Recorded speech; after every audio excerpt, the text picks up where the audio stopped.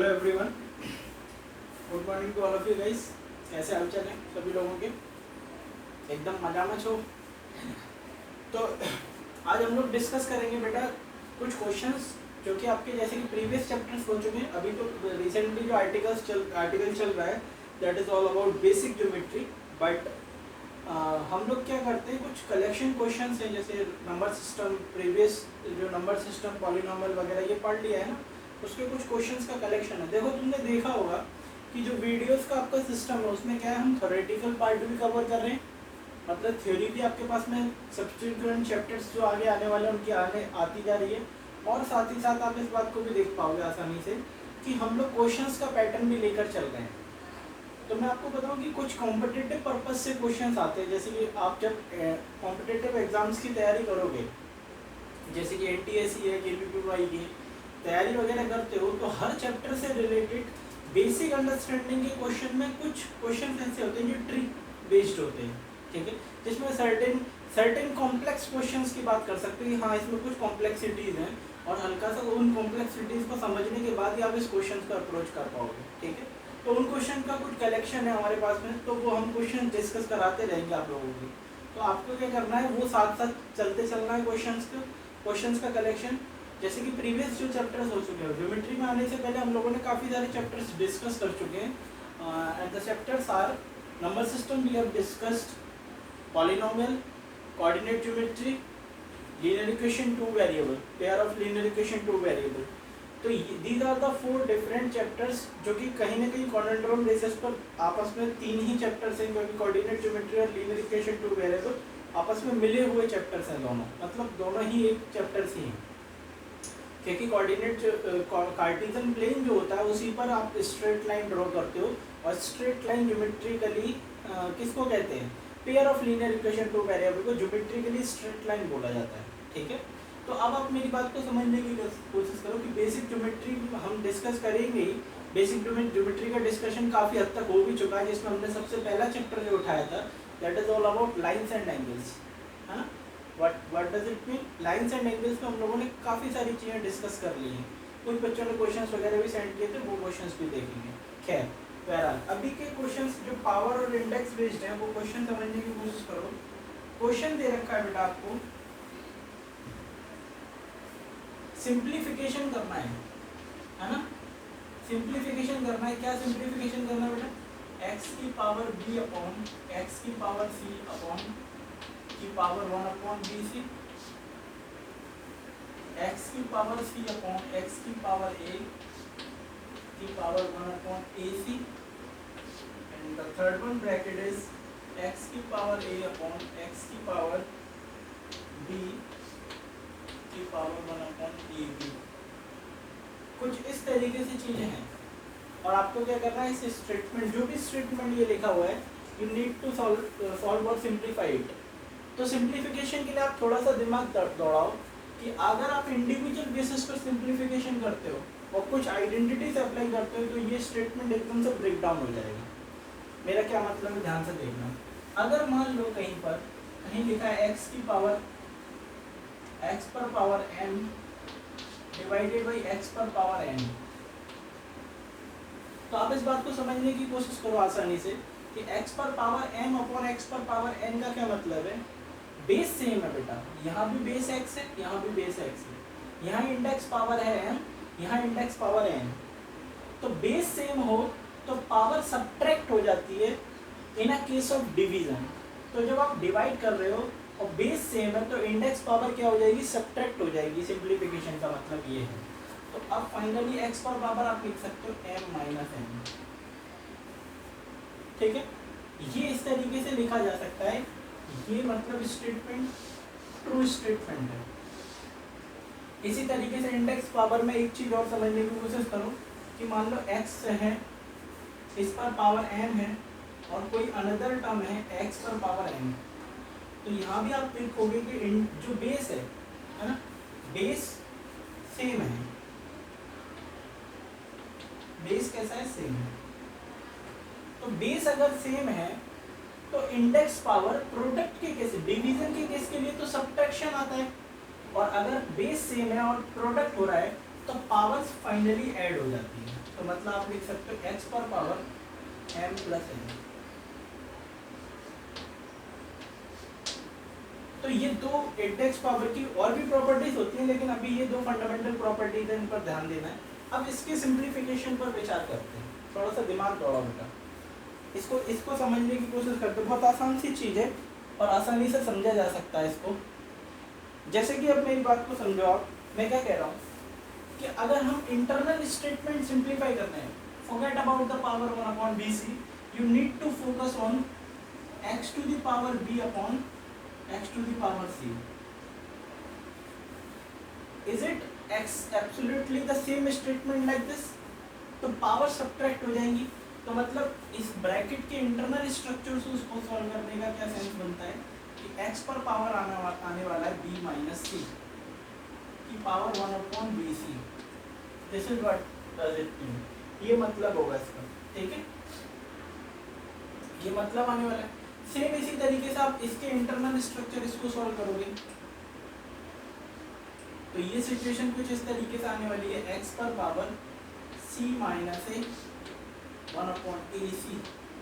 और सेम आप इसको सॉल्व करोगे बेटा इस स्ट्रक्चर को, तो you can clearly see that x to the power a minus b की होल पावर 1 अपॉन ए बी। अब ये समझो, ये सिंपल तरीके से समझ में आ गई चीज़ें, इसमें तो कोई डाउट नहीं है।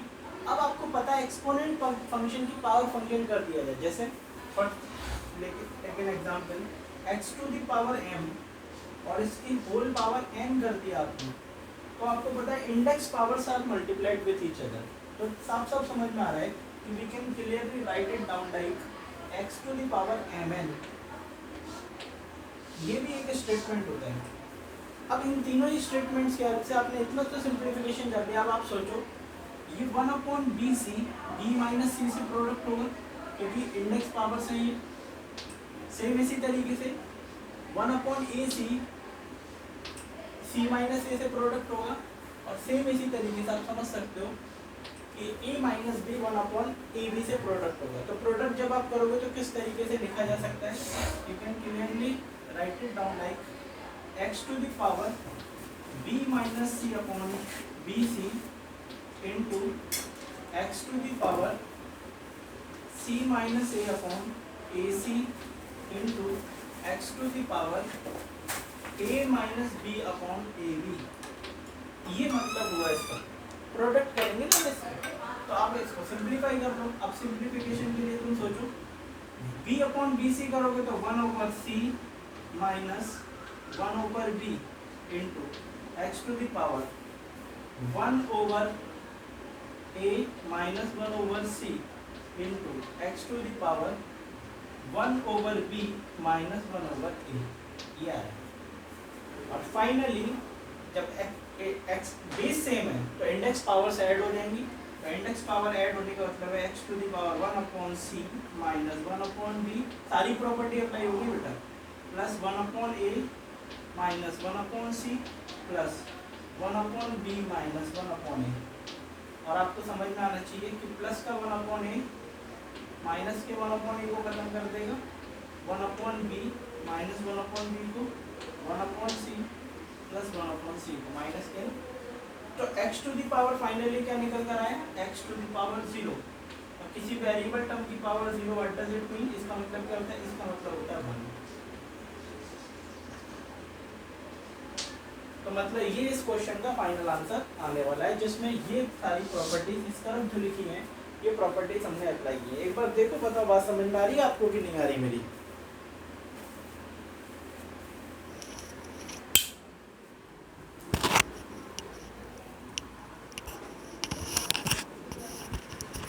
बात समझ में आ रही है या नहीं आ रही बेटा?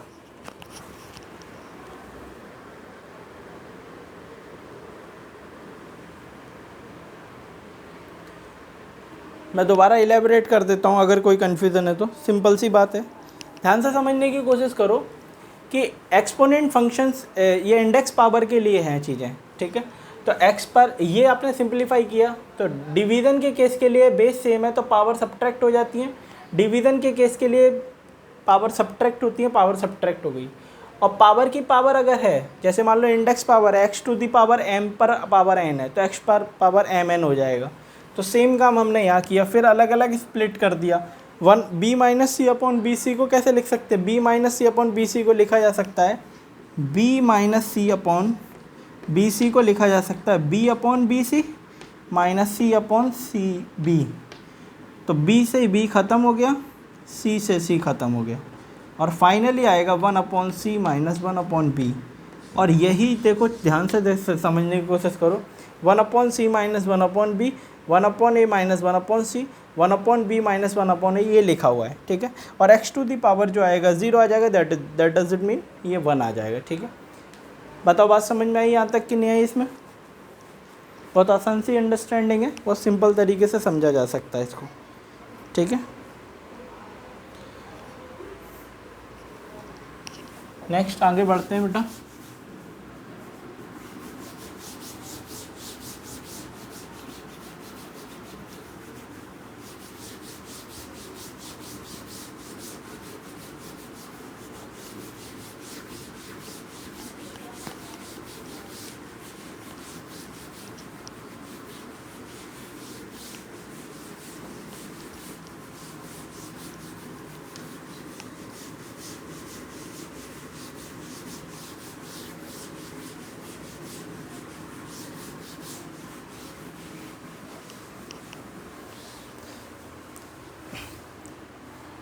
इसी तरीके से क्वेश्चन लिखा हुआ है, क्वेश्चन देखना ध्यान से। If x equals to 9 plus 4 square root 5, 9 plus 4 square root 5, find the value of square root x minus 1 square root x। इसके बारे में आपको जानकारी देनी, मतलब ये क्या आएगा, ठीक है, इसके बारे में आपको बताना है। तो एक बार सोचो, आपको जो स्टेटमेंट दिया है उस स्टेटमेंट पे फोकस करो आप, ठीक है। जो स्टेटमेंट दिया हुआ है ना, उस स्टेटमेंट पे फोकस करो। तो स्टेटमेंट लिखा है x equals to 9 plus 4 square root 5, है ना, यही तो लिखा है। अब आपको इसको सिंप्लीफिकेशन करना है और स्क्वायर रूट x निकालना है। तो स्क्वायर रूट x निकालने के लिए थोड़ा सा आपको इस स्टेटमेंट को समझना ज़रूरी है। सबसे पहले देखो, जब भी इस तरीके का स्टेटमेंट कभी मिला करे तो आप कोशिश किया करो कि परफेक्ट स्क्वायर का फॉर्मूला जो आपने पढ़े हैं, 2 फॉर्मूला हमने परफेक्ट स्क्वायर के लिए पढ़े, कंप्लीट स्क्वायर के लिए, कि a प्लस माइनस बी का कंप्लीट स्क्वायर इक्वल्स टू होता है a square plus minus 2ab plus B square. ये फॉर्मूला हमने पढ़ा हुआ है। अब आप कहोगे कि सर इसका क्या इम्पोर्टेंस है? इसका बहुत ज़्यादा इम्पोर्टेंस है, क्योंकि यही हमें कहीं ना कहीं इंडिकेट करेगा कि इसमें क्या पॉसिबिलिटीज़ बन सकती हैं। तो क्या पॉसिबिलिटीज़ बन सकती है, उसके लिए थोड़ा सा दिमाग दौड़ाने की कोशिश करो कि ये जो स्टेटमेंट पीछे लिखा हुआ है आपके पास में, you need to compare it, इसको कंपेयर करो 2ab से। कैसे कंपेयर करेंगे? 2ab से, जिससे कि हमको आइडिया लग पाए कि a और b की वैल्यू क्या। देखो ये सब चीज़ें क्या होती हैं, देखने आपको लगेगा सर आपको कैसे पता है। आप जब प्रैक्टिसेस करोगे ना तो धीरे धीरे आपको भी आइडिया लगने लग जाएगा, क्योंकि ये ट्रिक बेस्ड क्वेश्चंस हैं। ऐसा नहीं है कि ये वैल्यू रखा यहाँ पर रख दिया, इस तरीके से नहीं है। You need to understand the background of the question. आपको क्वेश्चन का बैकग्राउंड समझ में आना चाहिए, उसके अलावा आप नहीं कर पाओगे। तो बैकग्राउंड समझने के लिए आपको इस आइडेंटिटी का पता होना चाहिए। अब ये आइडेंटिटी में आप किस तरीके से फिट कर पाते हो, दैट्स योर स्किल्स। तो आप सोचो 4 स्क्वायर रूट 5, इसको आप कंपेयर कर रहे हैं, 4 स्क्वायर रूट 5 को आपने कंपेयर कर दिया 2ab से। तो एक बात तो क्लियर है बेटा, ये 2 से ये 4 चला जाएगा 2 टाइम्स, तो ये आ जाएगा 2 स्क्वायर रूट 5। और अब इनको क्लब किया नहीं जा सकता, तो मतलब ab, तो a की वैल्यू क्या आ गई 2 एक तरीके से, और b की वैल्यू आ गई स्क्वायर रूट 5। अब क्या करो कि शायद हो सकता है, जैसे 2ab वाली बात तो क्लियर है, हो सकता है a स्क्वायर b स्क्वायर जो है वो किसके बराबर आ जाए, 9 के बराबर। और अगर ऐसा हो गया तो ये प्रॉपर फॉर्मूला बन जाएगा कंप्लीट स्क्वायर का। तो थोड़ा सा करके देख लेते हैं कि ए स्क्वायर करके देखते हैं। तो ए स्क्वायर करने पर 4 आ रहा है। अच्छा बी स्क्वायर करके देख लेते हैं, बी स्क्वायर करने पर 5 आ रहा है। अरे तो ए स्क्वायर प्लस बी स्क्वायर करने पर 4 + 5 दैट इज़ 9, यानी कि ये 9 ही तो लिखा है, तो काम हो गया ना। तो इस x को कैसे लिखा जा सकता है, इसको फर्दर मैनिपुलेट करके लिखा जा सकता है। x = 9 को कैसे लिख सकते हैं, 2 स्क्वायर प्लस √5 का कंप्लीट स्क्वायर। अभी देखो 9 ही लिखा है, ये √5 का स्क्वायर करोगे 5, 2 का स्क्वायर 4, 4 + 5 दैट इज़ 9, है ना। दोनों को ऐड जब करोगे आप तो 9 ही लिखा है, लेकिन हमें पता चल गया कि कैसे लिखना है। तो देखो 2 स्क्वायर प्लस √5 स्क्वायर, और बाकी ये जो लिखा हुआ है इसको लिखा जा सकता है 2 × 2 × √5। अब बेटा दिमाग दौड़ाओ, अब तुम्हें साफ साफ नज़र आना चाहिए कि a square plus B square plus 2ab बन गया ना फॉर्मूला। तो इसे लिख सकते हैं x = 2 + √5 का कंप्लीट स्क्वायर, क्योंकि जब आप इसको ओपन करोगे तो यू विल क्लियरली नोटिस कि ये बनकर आएगा 2 स्क्वायर √5 स्क्वायर 2 × 2 √5, यही तो आएगा, कंप्लीट स्क्वायर है ये। तो मतलब इसका रिप्रेजेंटेशन ये है। कैसे आइडिया लगा, हल्का सा रिवर्स में सोचने से आइडिया लगा, ठीक है। अब इतनी बात अगर तुम्हें समझ में आ गई तो ये स्क्वायर रूट, ये जो स्क्वायर पावर है वो इस पर जाकर क्या बन जाएगी, स्क्वायर रूट। तो अल्टीमेटली यहाँ से हमको क्या आइडिया लग रहा है, हमको आइडिया लग गया कि √x की जो वैल्यू आएगी दैट इज़ 2 √5। तो √x तो पता चल गया, उसकी प्रॉब्लम नहीं है, लेकिन हमको क्या पता करना है, √x - 1 √x। तो मतलब अभी √x का रेसिप्रोकल पता करना बाकी है, और जब तक रेसिप्रोकल पता नहीं चलेगा तब तक हम इसमें कैसे रखेंगे, वैल्यू तो इसकी निकालनी है। तो 1 / √x निकालना है।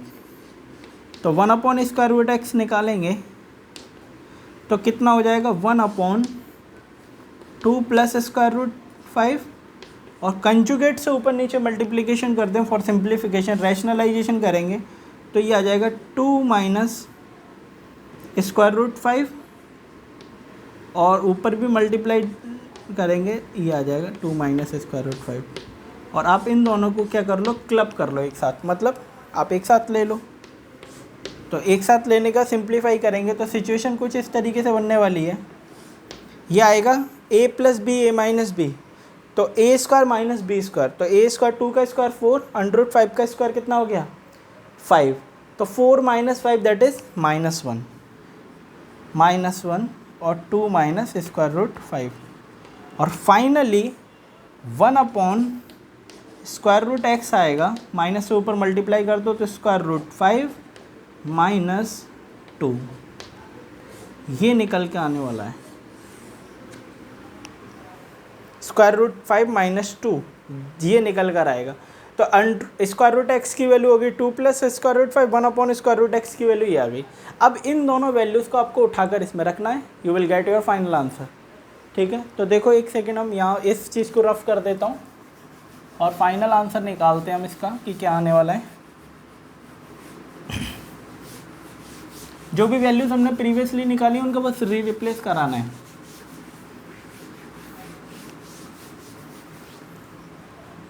तो ये आ जाएगा √x - 1/√x।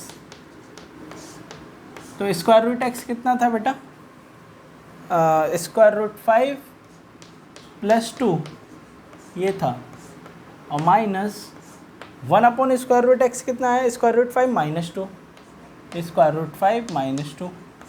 अब इस माइनस को अंदर पेनिट्रेट कराएंगे, तो पेनिट्रेट कराओ, √5 + 2 माइनस √5 + 2। अब बेटा ये माइनस √5 + √5 को ख़त्म कर देगा, we will get the value 4, ठीक है। और ये आएगा हमारा फाइनल आंसर।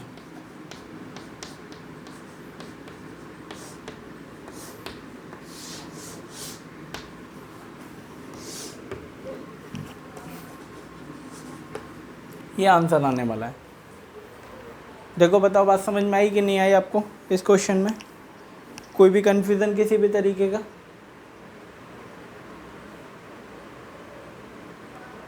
ठीक है, क्लियर है चीज़ें? नेक्स्ट आगे बढ़ते हैं ना।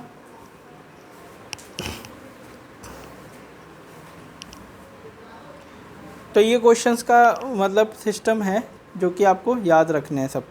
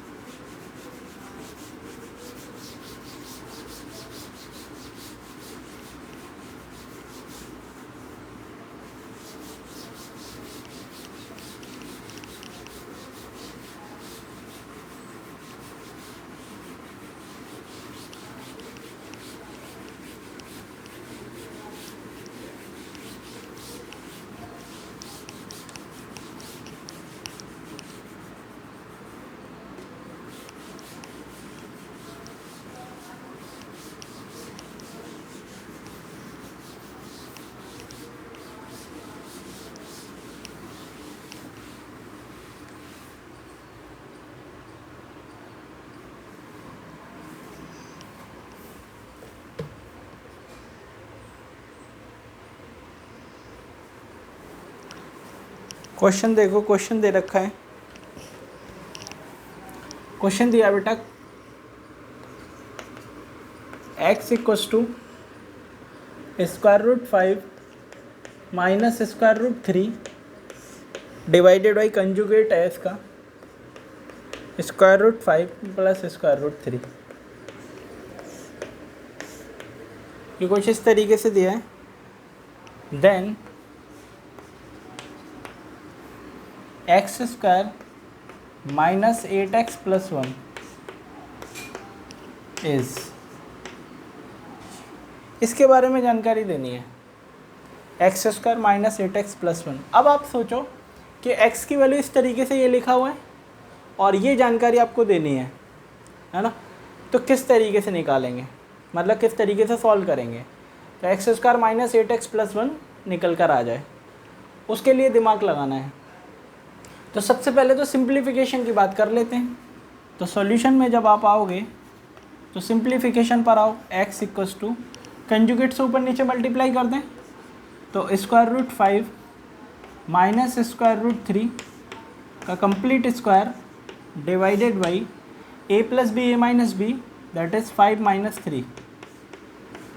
ये कुछ इस तरीके से बन जाएगा, क्योंकि इसका देख ध्यान से समझना, कंजुगेट से मल्टीप्लाई किया है मतलब इस टर्म से ऊपर नीचे मल्टीप्लाई कर दिया तो इसका तो कंप्लीट स्क्वायर हो गया। a plus B A minus B करोगे तो a square minus B square, under root 5 का स्क्वायर 5, अंडर रूट 3 का स्क्वायर 3, 5 माइनस 3 दैट इज़ 2। ठीक है, ये 2 आ जाएगा। अब ये 2 आया, इसको और भी सिंप्लीफाई कर लें। इसमें फॉर्मूला लगा दें a माइनस बी का कंप्लीट स्क्वायर, तो a square plus B square minus 2 square root 15। ये स्क्वायर रूट 15 समझ में आ रहा है? 5 15 हो जाएगा स्क्वायर रूट के अंदर। ठीक है,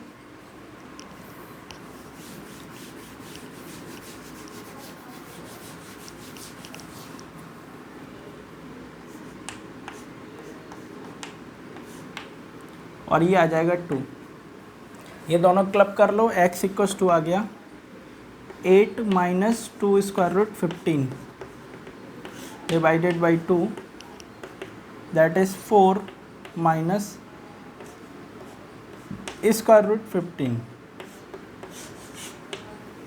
4 माइनस स्क्वायर रूट 15 आ गया है ना। तो 4 माइनस स्क्वायर रूट 15 आ गया। अब आपको क्या करना है, पर कंप्लीट स्क्वायर निकालना है। x की वैल्यू आई है अभी ये, आप चाहो तो स्क्वायरिंग कर लो इसको। आप स्क्वायरिंग करोगे और या फिर स्क्वायरिंग नहीं करने का है तो सिंपल आप इसको इधर लेकर आ जाओ। तो जब आप इसको इधर, ध्यान से समझना बेटा, इसको इधर लेकर आओगे, इसको इधर लेकर आओगे तो x की वैल्यू ये सिंप्लीफाई होकर आई है। ठीक है, इसको इधर लेकर आ जाओ तो x माइनस 4 का complete square equals to minus square root 15 का कंप्लीट स्क्वायर दैट इज़ 15। और यहाँ से आ गया x square plus 16 minus 8x, ठीक है, इक्वस टू 15। और इस 15 को आप इधर लेकर आओ, ये 16 है, ये 15 है बेटा, इस तरफ कितना बचेगा, यहाँ 1 बच जाएगा केवल।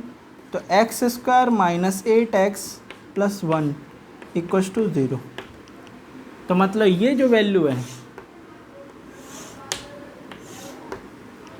X square minus 8x plus 1, ये अल्टीमेटली जब आपने मतलब आपने इसको सिंप्लीफाई किया, just you are making a simplification of this, आप सिंप्लीफाई करते जा रहे हो, आपने सिंप्लीफाई करने का और मतलब आपने स्क्वायर चाहिए था, इसे आप इधर लेकर आ गए, स्क्वायर रूट ख़त्म हो गया, और सिंप्लीफाई करने का सिचुएशन ये बनी कि जो चीज़ आपसे पूछी जा रही थी वही चीज़ बनकर तैयार हो गई, और उस चीज़ की वैल्यू कितनी आ रही है, 0। और यही तुम्हारे इस क्वेश्चन का क्या हो जाएगा, फाइनल आंसर। तो आप देखो इस तरीके की चीज़ें, इस तरीके के क्वेश्चन को करने का अप्रोच ही अलग है। मतलब अब आप कहोगे सर आपने x की वैल्यू निकाला था, एक्स स्क्वायर निकालते और फिर आप इसमें रखते कि x आ गया, एक्स स्क्वायर निकालो, एक्स स्क्वायर पता है, x पता है, 8 से मल्टीप्लाई करेंगे, -1 से ऐड करेंगे, तब जाके 0 आता।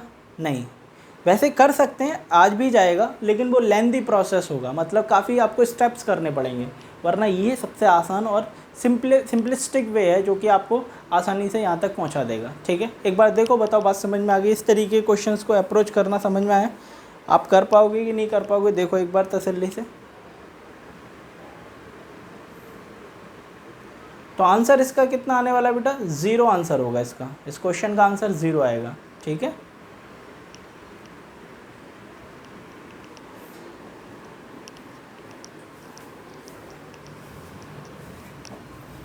इसी तरीके से नेक्स्ट क्वेश्चन अप्रोच करते हैं।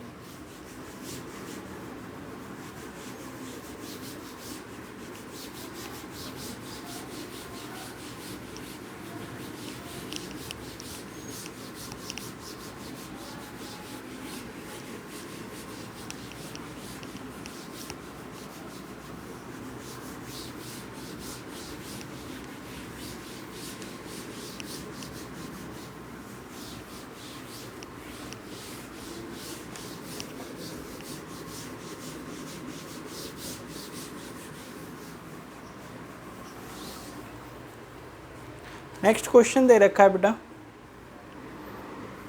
क्वेश्चन है index power based a square b पर power 3c to the power whole 4 product a b c पर होल power cube divided by a cube b c -1 to the power 2, और आपसे कहा जाता है a to the power m, b to the power n, c to the power p की square root power. तो आपसे then m n and p, m n and p ये दे रखा है। तो आप इस बात को समझने की कोशिश करो कि ये जो चीज़ लिखी हुई है ये बहुत आसान तरीके से हेल्प की जा सकती है, मतलब आपको पावर्स का इसमें गेम समझना है। तो आप सोचो ये ब्रैकेट के अंदर लिखा है, उस पर पावर 4 है, तो इन तीनों पर पावर 4 अज्यूम की जाएगी। जैसे अगर मान लो कहीं लिखा है इस तरीके से x और y और इस ब्रैकेट लगा हुआ है और इस पर पावर m है, तो ध्यान से समझ लेना बेटा ये x पर पावर m भी है और y पर पावर भी m है, क्योंकि अगर पावर सेम होती है तो प्रोडक्ट के लिए बेस मल्टीप्लाई हो जाते हैं या बेस प्रोडक्ट हो जाते हैं। और ये स्टेटमेंट केवल left hand side to right hand side true नहीं होता, right hand side to left hand side भी ट्रू ही होगा। तो x इंटू वाई का प्रोडक्ट, जब इंडेक्स पावर आप 4 बात करते हो, जैसे मान लो x वाई की इंडेक्स पावर m है, तो इसका मतलब ब्रैकेट लगा हुआ है, तो इसका मतलब क्या है, x पर भी पावर m है और y पर भी पावर n है, तभी ये प्रोडक्ट हुए हैं, वरना अलग अलग रहते। सेम इसी तरीके से आप सोचो ये जो इंडेक्स पावर है 4, ये केवल c पर 4 नहीं है, b की पावर 3 पर 4 नहीं है, a की पावर 2 पर 4 नहीं है, ये सब पर 4 है। और सेम काम यहाँ होगा और सेम काम यहाँ होगा। इन सब चीज़ों को ध्यान से समझते चलो आप। तो जब आप ये काम करोगे तो साफ साफ क्लियर हो गया कि a टू द पावर 2 पर पावर आएगी 4, b टू द पावर 3 पर पावर आएगी 4 और c टू दी पावर 4 आएगा। आपने क्या किया, अलग अलग तोड़ दिया, जैसे कि आप ए बी सी की कैलकुलेशन कर पाओ। प्रोडक्ट सेम इसी तरीके से a पर पावर 3, b पर पावर 3, c पर पावर 3 डिवाइडेड बाई a पर power 3 to the power 2, b पर पावर 2, c पर पावर -1 टू दी पावर 2। बाकी जो भी चल रहा है ये हम इस वाले स्टेटमेंट को भी छेड़ते नहीं हैं, इस स्टेटमेंट को हम लास्ट में देख लेंगे। अब मेरी बात को ध्यान से समझना, यहाँ मैं थोड़ा सा डायरेक्ट करूँगा काम। तो मैं सब पता है कि इंडेक्स पावर की पावर अगर होता है तो ये प्रोडक्ट होगा, ये भी पावर्स आपस में प्रोडक्ट हो जाएंगी, है ना, ये पावर्स भी आपस में प्रोडक्ट हो जाएंगी और ये पावर भी आपस में प्रोडक्ट होगी। तो प्रोडक्ट करने का सिंप्लीफिकेशन कर लेते हैं इसका। तो किस तरीके से बात समझ में आ रही है, बात ये समझ में आ रही है, देखो यहाँ से देखना, a to the power 2 into 4 that is 8 और यहाँ a टू दी पावर कितना 3। अब प्रोडक्ट अगर हो रहा है, बेस सेम है तो पावर ऐड हो जाएंगी, ये 8 आएगा, 8 + 3 कितना हो गया 11। बेटा 8 और 3 कितना हो जाएगा 11। और ध्यान से सोचो, नीचे से जो इंडेक्स पावर है a पर कितनी पावर है 6, तो 11 ऊपर आएगा, 6 नीचे आ गया, इसको ऊपर लेकर चले जाओ तो a to the power 11 - 6 into, directly लिख रहा हूँ, ठीक है। कैसे आया 11 वो भी समझ लो, 2 इंटू 4 दैट इज़ 8 और ये a टू दी पावर 3 क्योंकि प्रोडक्ट में तो ऐड हो गई, 8 और 3 11 और ये 6, ये सब्ट्रैक्ट हो जाएगी इंडेक्स पावर ऊपर जाके, ठीक है। इसी तरीके से b पर देखो, ये 12 हो गया, 12 और 3 15, 15 - 2 तो ये आया b to the power 15 - 2। Same इसी तरीके से आप सोचो, c to the power 4, c to the power 3 तो ये पावर्स आपस में ऐड हो जाएंगी, तो कितना हो गया c टू दी पावर 7 और ये क्या है c to the power -2, power की पावर मल्टीप्लाई होगी, -2 ऊपर लेके जाओगे +2 हो जाएगा, ठीक है, +2 हो जाएगा, तो 7 + 2 दैट इज़ 9, ठीक है। तो c टू दी पावर आएगा 7 + 2, ये आया। और इसको फर्दर आप जब इसको सिंप्लीफाई करोगे तो a टू दी पावर हमें समझ में आ रहा है 5, 11 - 6 that is 5, b to the power समझ में आ रहा है 13, c टू दी पावर समझ में आ रहा है 9 equals to a to the power m, b to the power n, c to the power p की होल पावर 1/2। तो आप कैसे लिखोगे, a to the power m/2, b to the power n/2 और c to the power p/2, ठीक है। तो index power same है, जैसे कि ये है m/2, ये 5 के बराबर हो जाएगा, n/2 जो होगा वो किसके बराबर होगा 13 के बराबर, और p/2 जो होगा बेटा वो किसके बराबर होगा 9 के इक्वल, ठीक है। तो यहाँ जब यहाँ से वैल्यू निकालोगे तो m की वैल्यू कितनी आएगी, m/2 = 5 है तो m की वैल्यू 10 आ जाएगी, n की वैल्यू कितनी आएगी 26 और p की वैल्यू कितनी आने वाली है 18। और यही तुम्हारे इस क्वेश्चन के मतलब ये जो क्वेश्चन दे रखा है उसके फाइनल आंसर्स हैं, ठीक है। आपसे m n p की वैल्यू पूछी जा रही है, तो m की वैल्यू 10 आएगी, n की वैल्यू 26 आएगी और p की वैल्यू 18 आएगी, ठीक है। देख लो एक बार, बताओ बात समझ में आ गई आपको कि नहीं आई मेरी।